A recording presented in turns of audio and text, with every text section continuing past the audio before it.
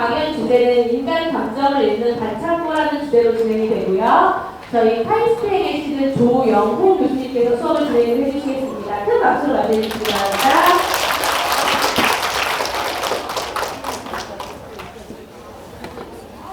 예, 안녕하십니까. 저 카이스트에서 학생들을 가르치고 있는 조영호라 그럽니다. 오늘은 여기 보이신 바와 같이 슬라이드 내용과 같이 우리가 아주 반창고만한 작은 크기의 소자를 이용해서 인간의 감정을 읽는 연구에 대해서 좀 소개를 하려고 합니다. 우선 저는 카이스트 바이오 및 내과학과에 지금 근무하고 있고요. 혹시 여러분들 E.T. 영화 보셨습니까? 그 E.T. 영화를 보면 외계인과 지구소년이 손가락 끝을 딱 닿았는데 말도 안 통하는데 마음이 통하는 장면이 나옵니다. 이게 서로 이 아주 작은 면적의 접촉에 의해서 마음이 통하는 거죠. 그죠? 그러니까 마음을 서로 교환할 수 있는 이런 걸 나타내는데요. 이렇게 작은 영역에서 마음을 교환할 수 있는 여러 가지 장치를 만들려면 장치를 아주 작게 만들어야 됩니다. 그래서 제가 원래 실은 전공하고 있는 분야가 이 나노 쪽입니다. 우선 제가 하는 일을 잠깐 소개해 드리기 위해서 이 나노라는 게 도대체 뭐를 이야기하는 건가를 설명을 드리겠습니다. 일단 나노미터라는 거는 우리가 단위죠, 그죠? 밀리미터, 마이크로미터, 나노미터 점점 작아지는 겁니다. 그 예를 한번 들어보면 지구를 우리가 1m라고 생각을 하면 지구의 1의 1000분의 1을 밀리라 그럽니다. 그죠? 1mm는 1000분의 1m죠. 그러니까 지구를 한 1000배 정도 줄이면 뭐 대전이나 보통 도시의 직경만해집니다. 그 다음 이걸 100만 분의 1로 줄이면 우리 뭐 주차장에 있는 차 간의 거리 정도 되고요.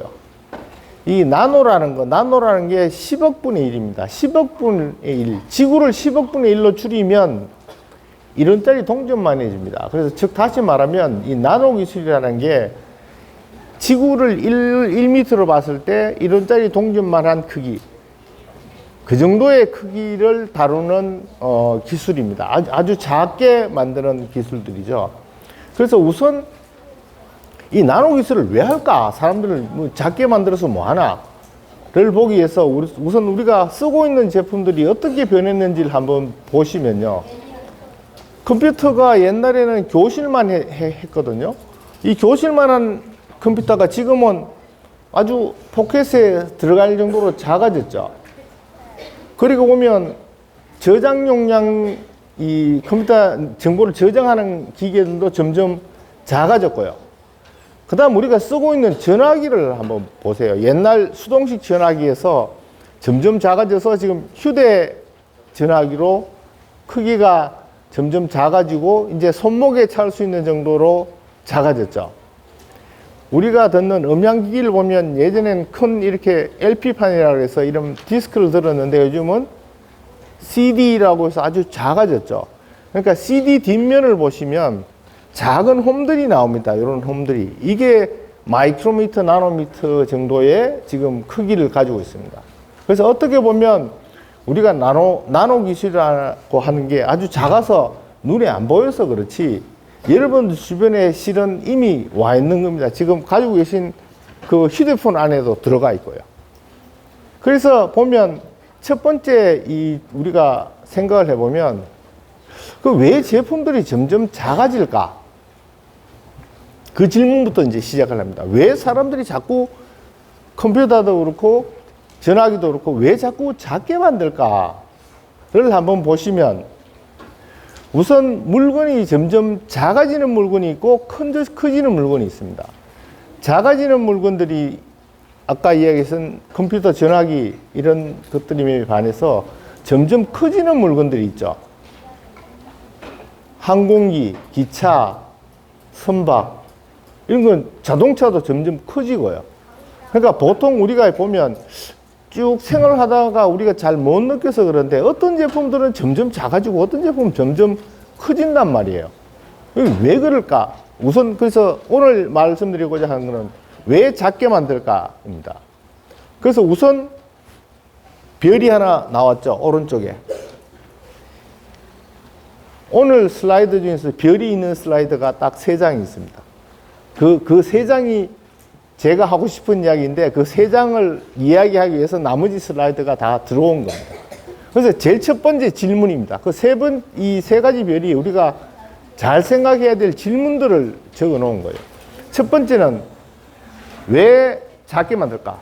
왜 제품들의 크기가 점점 작아질까? 이겁니다. 이 작아지는 이유는 실은 어떤 사람들은 무게를 줄이기 위해서 작게 만든다. 예, 편하게 가지고 다니기 위해서 작게 만든다. 그렇죠.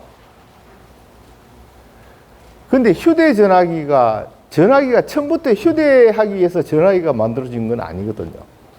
즉, 다시 말하면 우리가 가벼워지고 휴대하기 좋게 된 거는 작게 만든 결과지 휴대하기 위해서 작게 만들었다는 건 아니라는 겁니다. 잘 생각해 보시면 그럴 겁니다. 이해가 가실 겁니다. 그래서 왜 작게 만드느냐를 보시면 첫째 이제 전자제품을 봅니다. 전자제품을 보면 반도체 기술 점점 작아지죠. 이 작아지는 게 실은 옛날 진공관에서부터 이렇게 작아지는 게 왜 작아질까를 보시면 3가지 이유가 있습니다. 하나는 작게 만들어서 결론적으로 말하면 빠르게 한다. 속도를 높인다. 두 번째는 작게 만들어서 가격을 떨어뜨린다. 세 번째는 작은 제품들이 전력 소모가 작다. 이 3가지인데요. 실은 가장 중요한 이유가 아까 제가 말씀드렸듯이 왜 어떤 제품은 작아지고 어떤 제품은 커지냐. 이 질문입니다. 그러니까 작아지는 이유는 실은 전자제품은 진공관에서부터 지금 인테그레이트 서킷, 그러니까 반도체 기술로 해서 점점 소자가 작아지고 메모리도 고집적이 되는데 이 이유는 바로 여기 있습니다. 작아지는 제품은 한마디로 이야기하면 정보를 다루는 기계고요. 점점 커지는 제품들은 동력을 다루는 기계입니다. 즉, 다시 말하면 쉽게 설명을 하면 우리가 이 냉난방이라든지 우리가 제품을 사면 가전 이런 걸 사면 에너지 등급이라고 노란 딱지 붙은 거 보셨어요? 네. 1등급, 2등급, 3등급. 이런 건 점점 커지는 제품입니다. 이건 동력 제품이에요. 컴퓨터에 그 딱지 붙은 거 혹시 보셨습니까? 휴대전화기 살 때 에너지 등급 1등급, 2등급, 3등급 붙어 있는 거 보셨습니까? 없죠? 정보 제품은 동력 제품이 아닙니다. 이 정보 기계들이거든요. 그래서 한마디로 이야기하면 뭐 여러 가지 다른 예외사항이 있지만 대체로 점점 작아지는 것들은 정보를 다루는 기기들이고요. 점점 커지는 것들은 동력을 다루는 동력기기입니다. 동력기기는 에너지 효율이 되게 중요하고요. 정보기기는 뭐가 중요합니까? 빠른 시간에, 주어진 시간에 많은 양의 정보를 처리할 수 있는 속도가 중요하죠. 정보를 빨리 나르려면 2가지가 있습니다. 여기 우리가 달리기를 하듯이 우리가 100m 달리기, 뭐를 달리기, 여기서 여기까지 달리기를 한다 그러면 기록을 정보를 가지고 왔다 갔다 하는 시간을 줄일 수 있는 방법은 첫째, 정보를 가지고 나르는 사람의 속도를 높이는 거 있죠. 근데 이 반도체 내에서 전자 내에서 정보를 나르는 건 전자거든요. 전자기기에서 전자는 아무리 속도를 높여도 한계가 있어요. 그러니까 시속 100km 이상을 반도체 내에서는 전자가 낼 수가 없어요. 그러니까 최고 속도가 제한이 되면 그 다음 빠르게 왔다 갔다 하게 만들려면 뭐를 해야 될까요? 가야 되는 거리를 줄여야 되죠. 전자가 움직이는 거리를 줄인다는 이야기는 전선의 길이를 짧게 한다는 거고, 전선의 길이를 짧게 한다는 이야기는 제품들을 작게 만든다는 이야기거든요. 그래서 왜 작아지냐? 정보기기는 작아지는 이유는 정보기기는 빨리 속도가 중요하거든요. 속도를 높이려면 작게 만드는 게 무조건 빠릅니다. 무조건 이기게 돼 있어요. 왜? 가야 될 거리가 전자가 움직이는 속도는 항상 일정한데 정해져 있는데 거리를 줄이는 게 항상 빠를 거 아니에요, 기록이. 그래서 점점 전자가 작아지는 겁니다. 그래서 이 전자만으로 된 제품은 이제 반도체 기술로 됐는데, 그 다음 기계라든지 광학이라든지 이 제품들이 전자만으로 되어 있지 않잖아요. 그러니까 여러 가지 제품들이 섞여 있는 거는 어떻게 만드냐고 나온 게 실은 그 맴주 기술이라고 해서 기계 전자 광학적인, 그러니까 전자적인 제품이 아닌 그것을 전자회로와 같이 만들어서 작게 만들어서 만드는 이런 기술들이죠. 이런 기술들이 실은 어디에 쓰이나 하면 여러분들 자동차의 에어백이라는 거 아시죠? 그러니까 충돌하면 백이 부푸는데 그 충돌을 감지하는 장치를 이렇게 만듭니다. 여기는 어떤 기계적인 장치와 전자적인 장치가 같이 있어서 이걸 작게 만들었어요. 그럼 왜 작게 만들었을까요? 충돌을 사람보다 빨리 감지하는 거예요. 그러니까 여러분들 곤충들 이 자연 세계에서도 보시면 코끼리보다 모기가 훨씬 잽싸잖아요.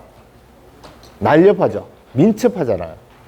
그러니까 크기가 작아질수록 실은 되게 민첩하게 됩니다. 아주 민감하게 되는 거죠. 그리고 여러분들 잉크젯 프린트 쓰시죠. 잉크젯 프린트에 잉크 쏘는 노즐, 그 안에 히터가 들어있고 잉크를 쏘거든요. 그것들을 이런 걸로 이제 만드는 기술도 있고요. 그래서 최근에 보면 전자제품들이 점점 발전해 왔어요. 크기를 자꾸 줄여가면서 속도를 높이고, 여러분들 쓰고 있는 컴퓨터나 휴대폰을 보시더라도 점점 속도는 빨라지고 용량은 늘어나죠. 대용량 고속으로 가는 겁니다. 그래서 지금까지 과학기술들이 속도와 정보기기, 특히 정보기기에서 정보 처리의 속도와 양은 엄청나게 늘었어요. 근데 우리가 인간하고 컴퓨터를 비교해 보면, 얼마 전에 여러분들 알파고 해서 바둑을 떠서 졌다 고 아주 심통해 하시는 사람도 있는데, 심통할 이유가 없는 게 인간과 이 컴퓨터를 한번 비교해 보면요, 인간은 우리가 뇌 전체 기억 용량의 한 10% 정도는 쓰고요. 근데 컴퓨터는 수조 바이트, 거의 뭐 무궁무진한 자료를 다 가지고 있어요. 그리고 속도는 아까 속도 얘기했죠. 정보를 빨리 연산하고 계산을 빨리 하는 속도는, 예를 들면 인간이 신경 처리의 속도는 시각에서부터 오늘 방금 아까 얘기한 뭐 시각, 청각, 우리가 눈으로 보고 듣는 걸 처리하는 속도는 수백만에서 수천 바이트 초당. 그런데 컴퓨터는 얼마나 하냐면 수십억 바이트를 하거든요. 최소한 인간의 가장 빠른 신경 신호보다 무려 1000배 이상 빨라요, 컴퓨터가. 그러니까 기억 용량도 많고 속도가 빠르니까 이런 경우는 연산에서는 인간보다 월등할 수밖에 없는 겁니다. 당연한데 그 다음 문제는 뭔가 하면 컴퓨터라든지 로봇이라든지 자기가 알아서 못하죠. 사람들이 그 대신 컴퓨터가 빠른 대신에 못하는 거는 컴퓨터가 시키는 일은 잘하는 거예요. 인간이 지시하는 대로만 하지, 우리가 하라고 지시한 내용, 미리 학습된 내용만 하지 새로운 상황에서 판단 능력이 인간보다 훨씬 못하는 거예요. 그래서 기술들을 보면 지금까지는 정보의 양과 속도를 되게 늘렸어요. 그러니까 여러분들 인터넷 치면 다 나오죠. 그럼 공부할 필요 없잖아요. 인터넷 치면 다 나오는데. 흔히들 학생들도 그래요. 인터넷 치면 다 나와. 그럼 뭐가 다 나온다는 얘기예요? 정보가 다 나오지 지식이 나오지는 않아요. 지식과 정보는 어떻게 다르는가 하면, 정보는 그냥 자료예요. 이건 이렇고 이건 이렇고 이건 이렇다. 지식이라든지 판단 능력은 그거 봐서 이게 좋다 나쁘다. 예를 들면 저녁 노을에 관한 사진이 2장이 있다. 어느 노을이 더 좋을까? 어느 노을이 더 아름답나? 꽃이 2송이가 있는데 어느 꽃이 더 이쁘냐? 이 컴퓨터 구별 못해요. 꽃이냐 아니냐를 판단하는 것도 한참 걸려요. 근데 사람들은 대부분 보면 알죠. 꽃인지 뭐 아닌지 열매인지. 근데 컴퓨터는 이거 한참 걸려요. 판단이 정보는 많은데 판단이 느리다는 거죠. 그래서 여기에 보면 인간의 IT 기술을 보면 양과 속도, 정보의 양과 속도는 되게 높은데 제품들은 그렇게 똑똑하지 않아요. 보통 지금 가전제품이라든지 여러 가지 전자제품 소개할 때 무슨 스마트 무슨 기기, 여기도 휴대전화도 스마트폰 이렇게 하죠. 스마트폰이 스마트해요? 정보를 많이 가지고 있지 스마트폰이 내 대신 결정해 주는 게 뭐 있어요? 결정할 수 있는 게 아무것도 없어요. 내가 뭘 찾아라 그래야 찾는 거고, 내가 뭘 보여라 그래야 보이는 거고, 내가 누구한테 전화를 걸으라고 이야기를 해야 거는 거지, 내가 내 필요에 있어 자기가 직접 누구한테 내가 필요한 사람한테 전화 걸어 주나요? 그러니까 즉 다시 말하면 이 폰이라는 것도 우리의 자료, 우리가 생각하는 것보다 요즘 저도 전화번호 잘 못 외워요. 전화번호는 인간보다 훨씬 많이 외우고 있죠. 근데 누구한테 전화를 해야 될지를 지가 알아서 뭐 결정 못 하는 거예요. 사람들이 그 사람의 이름을 하든지 번호를 눌러줘야지 건다고요. 그러니까 스마트 하는가요? 제가 생각할 때는 전자기기는 대체적으로 아직 스마트하지 못해요. 그냥 빠르고 많은 정보를 가지고 있을 뿐이에요. 그래서 들여다보면 이때까지 우리가 주위에서 흔히 이야기하는 그 헬스케어라는 인간의 건강 되게 중요해지죠.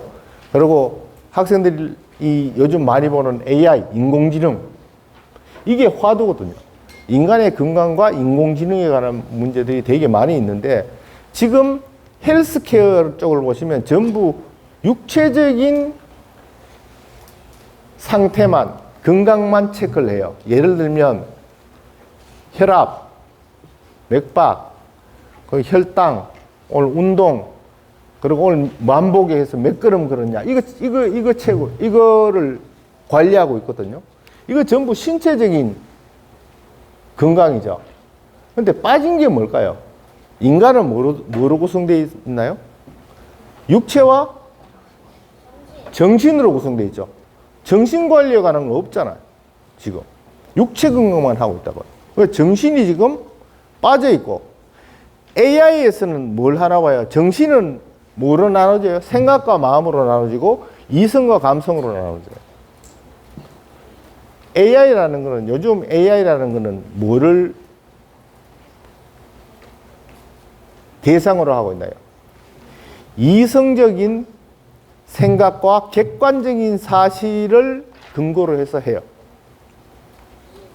지금 AI가 마음이나 생각이나 주관적인 걸 판단할 수 있는 AI는 없어요, 실은. 예를 들어서 인간이 컴퓨터가 오늘 기분 나쁘다 이런 말 들어보셨어요? 이 덧셈이 맞다 틀리다는 아요. 이거는 컴퓨터가 훨씬 더 잘 알아요. 이거는 이성적이고 객관적인 거거든요. 논리적인 거는 컴퓨터가 훨씬 빨라요. 근데 감성적인 거는 컴퓨터가 무슨 감성이 있어요? 느낌 있나요? 컴퓨터가 오늘은 기분 좋고 오늘 기분 나쁘다 이런 거 들어보셨어요?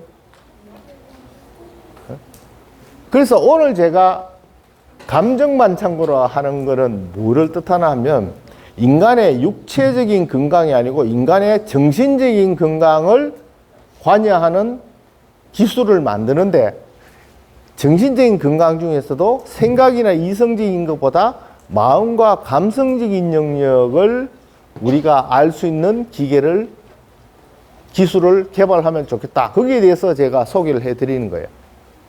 우선 보시면 인간의 감성과 정신건강이 얼마나 중요한지를 보면요. 국내 우울증 환자가 60만이 넘고요. 그리고 OECD 국가 중에서 우리나라가 자살률이 단연 1위죠. 그리고 국내 정신적인 우발적인 범죄, 묻지마 범죄, 혹은 요즘 언론을 뜨겁게 다루고 있는 그 제주도 사건, 이런 것들이 그게 육체적인 원인이에요? 전부 정신적인 원인이라고요. 모든 것들이. 요즘은 이런 범죄가 정신적인 요인에 의해서 나오는 범죄가 되게 많아지고 있고요. 그 다음에 국내 정신질환에 관해서 정신적인 어떤 스트레스라든지 여러 가지 우울증을 겪어본 사람이 거의 4명 중에 1명이 정신적인 건강에 많이 취약하다는 거죠. 그래서 그러면 우리가 정신 혹은 사람의 이 감정을 어떻게 알아낼까를 보면요. 우선 인간의 상태는 신체적인 상태와 정신적인 상태가 있고요. 이 중에서 정신적인 상태를 알아보는 그 방법은 사람이 어떻게 감정을 느낄까를 한번 가만히 들여다보면 주위에서 주변 환경과 조건을 통해서 우리 소위 하는 오감, 시각, 청각, 후각, 미각, 촉각을 통해서 인간이 주위를 인식한 다음에 그 주위 인식을 통해서 두뇌에서 내 감정이 딱 형성되는 거예요. 그러면 이 감정을 읽어낼 수 있는 방법은 첫 번째는 뭐겠어요? 두뇌를 읽으면 되죠. 뇌를 읽으면 되는데 아직까지 어떤 감정에서 뇌의 어느 부분이 작용을 한다는 건 알고 있는데 이 감정이 이 기분 나쁜 건지 즐거운 건지 구별이 안 되는 거예요. 즐거우면 얼마나 즐거운 건지 아직 이게 구별이 안 된다는 거죠. 그리고 또 하나는 주변의 환경을 막 이렇게 조사를 해요. 이런 환경에서 사람들은 즐거울 거야. 이거 연구를 많이 한 곳이 예전에 보면 그 향수 회사들이에요. 향수를 이런 성분을 섞으면 사람들이 좋아할 거야. 이렇게 해서 막 개발을 했는데 잘 안 된 이유가요. 똑같은 향수라도 누구는 좋다 그러고 누구는 싫다 그러거든요. 그래서 즉 다시 말하면 인간의 이 감정을 알아내기가 되게 힘든 거예요. 똑같은 환경에서 똑같은 말을 들어도 누구는 기분 나쁘고 누구는 기분이 안 나쁜 거예요. 이건 사람마다 달라요. 어느 게 맞다고 볼 수 있는 게 아니에요. 그 사람이 다른 거 내가. 느낌이 다른 이유가 뭔가 하면 이 사람의 느낌은 지금 현재뿐만 아니고 자기가 살아온 경험, 기억 모든 것이 작동을 해서 좋다 나쁘다를 판단하거든요. 자기 느낌이 각 개인 인간들은 그렇게 해서 사람들이 느낌이 나오니까 사람마다 살아온 환경이라든지 경험이라든지 기억이 다 다르잖아요. 다 다르니까 똑같은 환경이라도 다 다르게 느낄 수밖에 없는 거예요. 그럼 이거 어떻게 하냐? 이걸 어떻게 알까? 하는 게 문제고요. 첫 번째는 쾌적감이라는 거예요. 덥다, 춥다. 이 방에 지금, 에어컨디셔닝을 하죠. 그럼 오늘 더우냐, 추우냐. 이 방이 추우냐, 더우냐를 볼 때, 예를 들면, 19도, 섭씨 19도가 더운 온도냐, 추운 온도냐. 물어보면, 뭐라고 대답할 거예요, 사람들이? 누구는 춥다 그러고, 누구는 덥다 그래요. 북극에서 온 사람은 덥다 그럴 거고요. 적도에서 온 사람은 춥다 그럴지도 몰라요. 그래서 요즘 스마트 에어컨이라는 거 있죠. 스마트 에어컨이 뭐를 조절을 하죠? 우리가 쓰고 있는 에어컨은 뭐를 조절해요? 공기의 온도와 습도를 조정해요. 그죠? 에어컨은 인간의 쾌적감을 위한 기계죠. 인간의 쾌적감을 위한 기계가 소위 스마트 에어컨이 왜 인간의 쾌적감은 생각 안 하고 온도와 습도만 맞추고 있을까요? 이게 스마트할까요? 스마트하다고 생각하세요? 아니요. 뭔가 빠진 것 같죠? 그러니까 인간의 쾌적감을 알려면 공기와 습도를 위한 에어컨디셔닝이지 인간의 쾌적감을 위한 에어컨디셔닝은 아니라는 거예요. 그러면 인간이 춥고 더운지를 그러면 어떻게 알아야 될까? 첫 번째, 인간이 더우면 손가락 끝에 모든 이 말단 이 혈관에 혈류량이 늘어나요. 그리고 추우면 혈류량이 감소해요. 그러니까 이 사람의 혈류량이 늘어나나 줄어드나를 보는 거예요. 봐서 이 사람이 추운지 더운지를 판단하는데, 이 문제가 뭔가 하면 혈류량을 손가락 끝에서 혈류량 변화를 보려 그러면 이 측정하기 위해서 세게 누르면 혈류량이 또 줄어요. 누른 것 때문에. 이런 것들이 이제 문제가 되는 거예요. 우리가 정확하게 측정할 수 없다는 거죠. 이런 기술적인 문제를 저희들이 이제 해결해야 되고요. 그래서 인간의 혈류량을 정확하게 재려면 혈류량도 재면서 혈류량계와 혈류량을 측정하는 그 기기와 그 면적에서 피부가 닿는 접촉 면적까지 같이 재야 돼요. 그래야지 정확한 어떤 혈류량을 잴 수가 있고요. 그 다음 공통적으로 적도에서 오건 북극에서 오든 이게 우리나라 사람이든 뭐 외국인이든 더우면 땀이 나잖아요. 그죠? 그러니까 누구나 땀을 흘리면 덥다고 생각하면 되는 거예요. 다 더우니까. 물론 어떤 사람은 20도에서도 땀을 내고 어떤 사람은 30도에 가도 땀이 안 나는 사람이 있어요. 그건 뭐 체질에 따라 또 다를 수 있지만 일단은 사람들이 땀이 난다 그러는 건 덥다는 얘기예요. 더위를 느꼈다는 얘기예요. 이런 더위를 느끼는 걸 보면 이 손목시계 말하는 게 아주 작게 만들어서 인간의 땀을 측정해요. 땀의 양을 측정해서 이 사람이 더운지 추운지를 우리가 알아내고요. 그러면 기본적으로는 어떻게 되냐면 예전에는 인간의 땀의 양을 측정하는 장치가 한 1kg 정도 됐어요. 무게가. 근데 이걸 손목시계 안으로 들어놓는데 이 안에 아주 작은 부품들을 전부 마이크로 나노 기술로 작게 해서 넣어서 아주 빠른 시간 내에 인간의 땀을 측정할 수 있게 이렇게 만드는 것들이고요.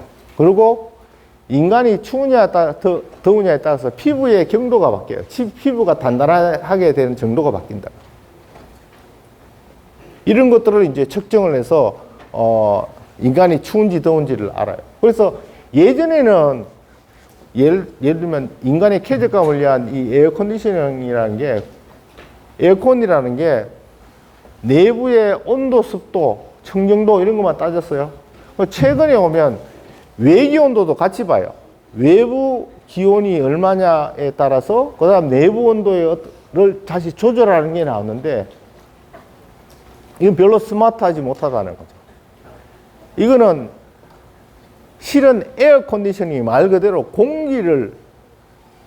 공기의 쾌적감을 위한 거지 사람을 위한 건 아니다. 사람의 더위 추위하고 관계없다는 거죠. 그러니까 앞으로는 여기 앉아 있는 사람이 더운지 추운지를 알아내서 이 간단해요. 온도가 몇 도든 뭐 습도가 어떻든 이 사람이 더우면 시원한 바람을 보내면 되고 이 사람이 추우면 따뜻한 바람을 보내면 되는 거예요. 그리고 공기 온도는 왜 재냐 이거죠. 즉 다시 말하면 이제는 인간의 환경을 관리를 하고 조절을 해서 인간을 편안하게 하려는 것보다 그 인간이 그 사람 자체가 편안한지 안 한지를 직접 보고 해야 된다. 왜냐하면 주변은 똑같아도 사람은 느끼는 게 다 다르기 때문에 그렇습니다. 이런 일들을 저희들이 이제 하고 있고요. 또 인간의 감정 중에서 보통 경연대회 이런 거 있죠. 사람이 음악이라든지 이런 감동적인 걸 받으면 뭐가 돋아요? 소름이 돋는다 그러잖아요. 이 소름을 돋는 정도를 읽을 수 있는 반창고를 만들면 인간이 얼마나 감동을 받았는지를 아는 거예요. 보통 이 소름이라는 게 왜 생기나 하면 우리 몸에 이게 모발이 털이 있어요. 그 모발 주위에 세포들이 수축되는 거예요. 수축돼서 실은 이 모발을 이렇게 세우는 거예요, 실은. 왜 그러면, 보통 보시면 이 고양이라든지 이런 호랑이 이런 어떤 동물들은 싸우거나 뭐 이렇게 두려운 일이 있을 때 우리가 흔히 말하는 머리털이 삐쭉 선다는 거 있죠, 그죠? 머리털이 쓴다. 걔들은 틀을 딱 세워요. 틀을 세우는 이유가 본능적으로 틀을 세워서 자기가 몸집이 좀 더 크게 보이려는 거예요. 이게 이제 동물들에서 남아있는데 우리 인간에게는 퇴화된 습성이에요. 근데 이거는 속일 수가 없는 거예요. 자기가 감동을 받으면 내가 소름을 안 돋아야 되겠다 하고 아무리 마음먹어도 이 소름은 돋는 거예요. 그래서 이 감정을 알아내는데 이 소름을 측정을 하는데 소름이 대체로 한 폭이 한 2mm가 되고 높이가 한 200마이크로미터 정도로 이렇게 소름이 이렇게 돋아요. 이걸 요런 2cm, 2cm만한 반창고에서 이 소름이 돋는 정도와 면적을 측정을 해서 이 사람이 얼마나 감동을 받았나 해서 보통 이런 탈부착을 해서 이런 걸 가지고 이제 우리 이 별점 있잖아요. 이게 누가 잘했나 이게 버튼 누르는 게 아니고 그냥 가만히 있으면 청중들이 있으면 노래를 싹 부르고 나면 각자의 소름만 딱 측정하면 감동의 정도가 점수가 딱 나오는 거예요. 이 거짓말 못 하는 거예요. 그죠? 이런 감동의 정도 이런 것들을 저희들이 하는데 이게 실은 세계 최초의 소름 센서예요. 그러니까 소름을 가지고 인간의 감동을 측정하겠다. 그리고 혹은 소름을 반창고 모양으로 해서 측정하겠다는 사람이 실은 일찍이 없었던 거죠. 그러니까 소름만 해도 이거는 감동에 관한 거거든요. 사람의 정신 건강이지 육체적인 요소가 아니었거든요. 그 다음 가장 큰 문제들은 요즘 현대인들이 스트레스 문제예요. 학생들도 스트레스 좀 많이 받아요. 그죠? 학습 스트레스, 공부해야 된다. 학원 가야 된다. 놀고 싶은데 숙제해야 된다. 이게 전부 스트레스거든요. 이 어른들만, 이 아이들만 받는 게 아니라 어른들은 스트레스 많아요. 그러니까 이 스트레스를 어떻게 할 건가? 이게 정신건강하고 되게 관련이 많거든요. 스트레스를 받으면 대체적으로 자살, 충동이라든지 우발적인 범죄, 일을 할 때 일하는 사람들은 업무 효율이 떨어지고요. 우울증이 생기고 심지어는 육체적인 심혈관 계통까지 영향을 미친다고요. 그런데 현대인들이 매일 운동하고 뛰고 헬스장 나가고 전부 뭘 해요? 육체적인 건강만 관리하죠. 정신건강은 누가 돌보나요? 너무 소홀하다는 얘기예요. 인간은 육체와 정신으로 되어 있는데 한쪽만 자꾸 케어하는 거예요. 보통 요즘 헬스케어라 그러면 전부 육체적인 헬스케어만 이야기하지 정신적인 헬스케어를 아무도 생각을 안 하는 거예요. 근데 실은 중심적인 요인이 되게 중요한 거예요. 그래서 이런 스트레스를 그러면 어떻게 재울까? 스트레스를 재는 거는 맥파, 땀, 체온 이 세 가지를 재면 스트레스를 받았는지 안 받았는지 어느 정도를 받았는지 알 수 있어요. 그래서 이것도 역시 반창고만하게 만드는데 몸에 어떤 데라도 이거 붙이면요. 온몸에는 항상 혈관이 있어요. 아무리 가는 모세혈관이라도 그 모세혈관에서 우리 심장의 박동을 측정할 수가 있어요. 나노 기술을 이용하면 정확하게 측정을 해요. 그래서 이렇게 해서 반창고가 25mm, 15mm, 두께가 0.07mm. 그러니까 딱 우리가 약국에 가면 파는 그 반창고만 해요. 그 반창고를 딱 붙이면 거기서 스트레스를 다 재는 거예요. 이 세 가지를 이제 다 측정할 수가 있다는 거고요. 그래서 오늘 제가 말씀드린 건 인간의 스트레스와 어떤 감동, 그리고 쾌적감, 이런 걸 이야기를 했어요. 근데 이런 것들이 가만히 보면 이게 어디다 쓰이고 왜 중요할까? 인간의 분노, 우울증, 재미, 그리고 만족감, 선호도. 예를 들면 홈쇼핑에서 물건을 팔 때 이렇게 설명하는 거하고 저렇게 설명하고 똑같은 제품으로 어떻게 설명하느냐에 따라서 구매자들이 혹은 시청자들이 더 호감을 가질까? 이거 어떻게 판단하죠? 이런 기술이 있으면 된다는 얘기죠.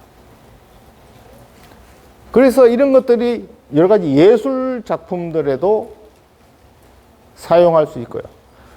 노래를 작곡하는 사람들은 이런 작곡이 나올지 이런 멜로디가 나올지를 미리 어느 쪽이 사람들에 더 감동을 주는지를 측정할 수 있겠죠. 그러니까 이런 어떤 정신적인 감정적인 측정을 할 수 있는데 이런 것들이 이게 왜 중요한가 하면 사람은 보통 우리가 산업을 나눌 때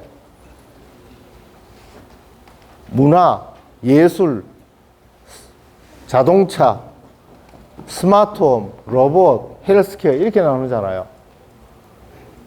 근데 이거는 뭔가 하면 산업 분야, 장소로 나눈 거예요.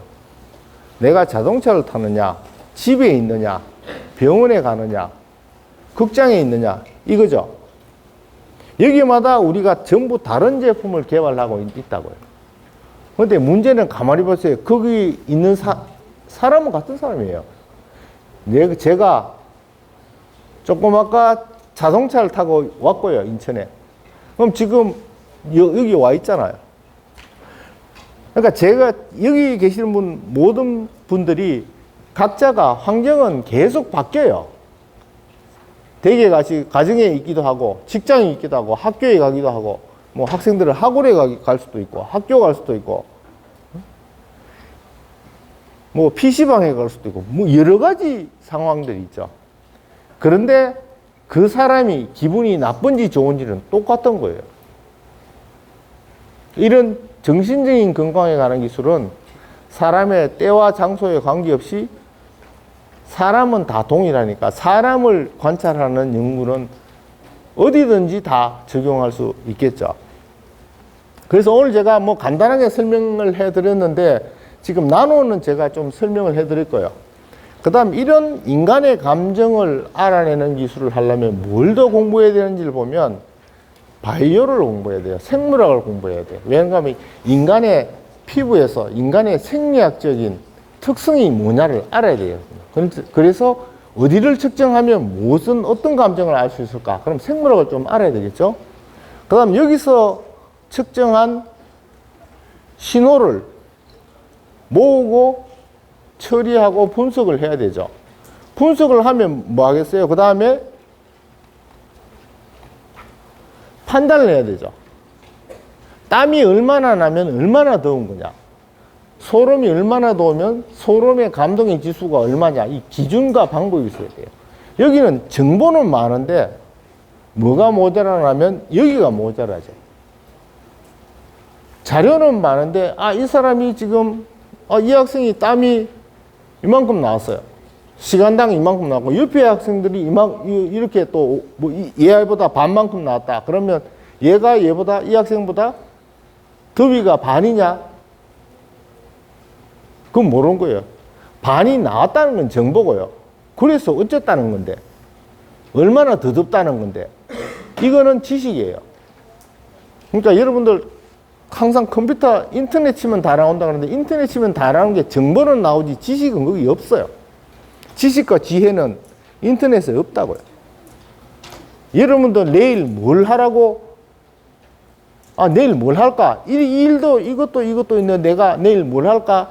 인터넷 치면 너 내일 뭐 해 나와요? 없잖아요. 결국 본인이 결정해야 되는 거예요. 뭐 이런 일을 할 수 있다는 자료만 있지 결정은 절대 못 해줘요, 컴퓨터는. 그래서 이런 것들이 상당히 중요하고 이런 나노 기술, 바이오 기술, 정보 기술, 뇌 기술을 이제 이해를 해야 된다는 거죠. 그죠? 근데 여러 가지 기술을 같이 알아야 되잖아요. 그럼 저는 이거 잘하는데 그러면 이거 다 공부해야 되나요? 아니죠. 이걸 각각 잘하는 사람들하고 같이 협업을 하는 거예요. 이런 일을 할 때는. 여기 저희들 감정 연구할 때는 신경정신과 의사 선생님도 같이 참여를 해요. 그러면 당연한 거 아니에요. 우울증, 사람에 대한 이 사람이 진짜 우울증이 있냐 없냐를 판단해 할 수 있는 사람은 의사 선생님들이 하거든요. 그러니까 과학자 그리고 의료 여러분들이 같이 이제 일을 해야 돼요. 그래서 융합이라고 그랬죠. 그죠? 여러 분야의 여러 기술을 모아서 해야 된다. 오늘 저녁 시간 다 돼가는데 좀 맛있게 안 보입니까? 맛있는 음식들이 있죠. 이거는 인천은 그 짜장면 되게 유명하죠. 그죠? 저도 인천 짜장면 되게 먹고 싶은데 간식도 있고. 근데 이거 뭐로 만들었을까요? 재료를 보면 전부 이렇습니다. 시장 가서 보시면 시장에 있는 그 판에 있는 이런 것들이에요. 채소, 야채, 그죠? 곡물, 밀가루 이런 것들이에요. 이게 기술이에요. 이게 기술. 이거 가지고 섞어서 무엇을 만든다 그러죠. 만드는 거는 음식이에요. 그죠? 학생 때는 뭐를 배우나 하면, 예를 들면, 여기 앞으로 과학 연구를 하고 싶은 학생들이 많을 걸로 아는데, 과학은 어떻게 하죠? 예를 들면, 인간의 정신을 알 수 있는 그 기계들은, 혹은 그런 연구들은, 어떻게 할까요? 여러 분야가 같이 한다 그러잖아요. 어떻게 여러 분야가 같이 할까요? 이 재료 다 모아낸다고 여러분들 여기 혹시 학부형님도 계시지만 시장 봐한다고 저녁상이 됩니까? 요리를 해야 되잖아요. 장만 온다고 다 되는 거 아니에요. 그죠? 이거와 마찬가지로 그 다음 맛으로 따지면 미식가가 있고 요리사가 있고, 미식가는 맛을 잘 아는 사람이에요. 요리사는 뭐가 있어야 돼요? 솜씨가 있어야 되죠. 똑같은 재료라도 음식을 잘하는 사람과 못하는 사람이 있듯이 이게 솜씨 차이예요. 솜씨 차이. 미식가는 맛이고요. 그러면 즉 따지면 어떤 음식이 맛있고 어떤 음식이 맛이 없나요? 김밥 중에서 제일 맛있는 김밥이 뭐예요? 예? 엄마표 김밥이지. 엄마가 만든 김밥이 제일 맛있어요, 실은. 어디서 파는 것보다 엄마 김밥이 최고예요. 어? 그렇지 않아요? 엄마가 만든 김밥이 제일 맛있잖아? 예? 그 맛이 다 엄마가 다르잖아. 그럼 다 입맛이 다 다르다는 얘기예요. 그죠? 우리 엄마가 만들어준 게 제일 맛있는 거예요, 원래. 그러면 맛의 기준이 묻는 게 그거예요. 시금석이라는 게 있어요. 시금석은 뭘 하는 물건인가 하면 예전에 금을 이렇게 긁어보면 금이 가짜 금인지 진짜 금인지 알아내는 돌이에요. 저 위에 긁어보면 금인지 아닌지를 아는 거예요. 이게 시금석. 그러니까 금이냐 아니냐를 판단하는 기준이라는 거죠. 예, 색깔이 달라져요. 색깔이 금색 입혀지고. 그러면 감정 이야기를 했잖아요. 감정 이야기를 하면 그럼 맛있다 맛없다도 감정이에요. 그죠? 맛의 기준은 뭘까? 이거 되게 어려운 문제예요. 그래서 앞으로 이런 감정 연구를 할 때 우리가 알아야 될 게, 해야 될 게 이거예요. 제가 그냥 쭉 설명을 들었으면 그런가 보다 한데 문제가 많아요, 이거. 첫째, 제가 문제를 이야기할 거예요. 육체적인 요인과 정신적인 요인을 구별해야 된다. 예를 들면 땀이 많이 난다. 땀이 많이 나면 더워서 땀이 많이 날 수도 있죠. 또 제가 방금 계단 뛰어왔으면 땀이 날 거 아니에요. 그죠? 스트레스를 받아도 땀이 나요. 식은 땀이 나잖아요. 그러면 이게 땀을 측정했을 때 이게 육체적인 요인에서 땀이 난 건지 정신적인 요인에서 땀이 난 건지, 맥박수가 막 뛰어지면 스트레스를 받아도 막 심장이 두근두근 한 거고, 그죠? 운동을 해도 심장이 두근두근한데 이게 내가 운동을 해서 두근거리는 거냐 스트레스를 받은 거냐를 구별해야 되잖아요. 이 시금석이 중요한 거예요. 이게 실은 아직 잘 안 돼 있어요. 이런 걸 해야 되고, 또 하나는 감정 간의 구분이에요. 예를 들면 체온이 올랐다. 내가 더워서 내 체온이 올랐는지 스트레스를 받아서 화가 나서 올랐는지를 구별해야 되잖아요. 이런 것들이 실은 되게 중요한 것들이고요. 여기 또 보세요. 이거 멋있죠? 별로 안 멋있어요? 그러니까 보통 우리가 소위 명품이라는 것들, 이런 것들을 가보면 이거 다 뜯어보면 전부 이런 걸로 만든 거거든요. 이거 멋있어요?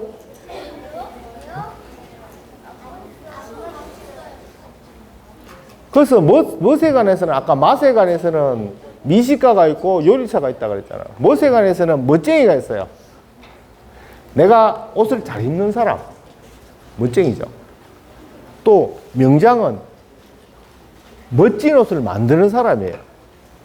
이 차이가 뭘까요? 멋쟁이와 명장의 차이는 뭘까요? 멋쟁이는 나를 위해서 하는 거죠.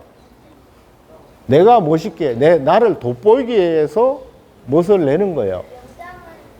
명장은, 맞아요, 다른 사람의 멋을 위해서 자기가 만드는 거예요. 이 차이예요. 그래서 이 슬라이드를 제가 왜 만드나 하면, 과학기술에서 연구를 잘 하려면 일단 맛을 잘 내야 돼요. 그 맛의 기준을 잘 이해를 해야 되고, 두 번째는 맛만 있다고 되는 게 아니라 멋이 있어야 되거든요. 멋이 있으려면 어떻게 해야 될 것 같아요? 그 기술이 나를 위한 기술보다 다른 많은 사람들을 위한 기술이 있어야지 멋있는 기술이 되겠죠. 그죠? 그래서 이런 것을 이제 봤을 때 결국은 마지막 세 번째인데, 학생들이라든지 누구든지 과학기술은 탐험이라고 제가 표현을 했는데, 우리가 살아가는 것도 마찬가지예요. 여행과 탐험의 차이는 딱 하나가 있거든요. 준비물의 차이가 있는 게, 탐험은 자기가 원하지 않아도 가는 거고, 여행은 여기 학생들 좀 중고등학생 되면 부모님이 같이 어디 여행 가자 그러면 싫어할걸요? 우리 애는 그렇던데. 조금 애들이 크면요, 부모들하고 어디 가는 걸 별로 안 좋아해요. 친구들하고 가는 걸 좋아하지. 그죠? 근데 이게 무슨 이야기인가 하면, 여행과 탐험의 차이는, 여행은 지도가 있는 데 가는 데고요, 탐험은 지도가 없는 것을 가는 거예요. 이 차이죠. 그죠? 근데 여기 학생들이 있지만, 지금까지 저도 그래왔지만, 학생들이 과학을 공부하고 연구를 할 때 내 앞날이, 장래가 어떻게 될까? 이건 탐험이에요. 몰라요.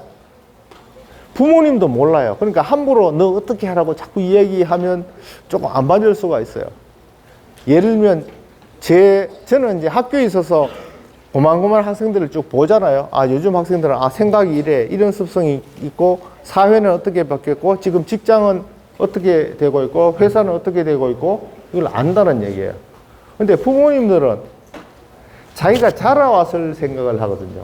그래서 학생들한테 흔히 자식들한테 하기 쉬운 이 말이 뭔가 하면, 야, 내가 니만 할 때는 안 그랬는데 너 왜 그러냐? 그런 말 잘 하시는데, 그리고 자신이 자기의 자식이 자기 고나이 때하고 자꾸 비교를 하는 거예요. 근데 아셔야 되는 게, 내가 너 나이 때는 안 그랬는데, 너는 내 나이 때하고 거의 비슷하게 참 잘하고 있구나. 이 잘하고 있는 게 아니에요. 세상이 얼마나 바뀌었는데, 내 나이 때 내가 하던 걸 우리 애가 하고 있다고, 이 큰일 날 이야기예요. 절대 그렇게 비교하지 마세요. 그리고 아까 제가 그 말씀드린 것도, 이건 탐험이거든요. 여러분 학부형님도 자기가 걸어오면서 본인의 앞날을 알 수 있었나요? 걸어와서 알았잖아요. 학생들도 걸어가야 하는 거예요. 단,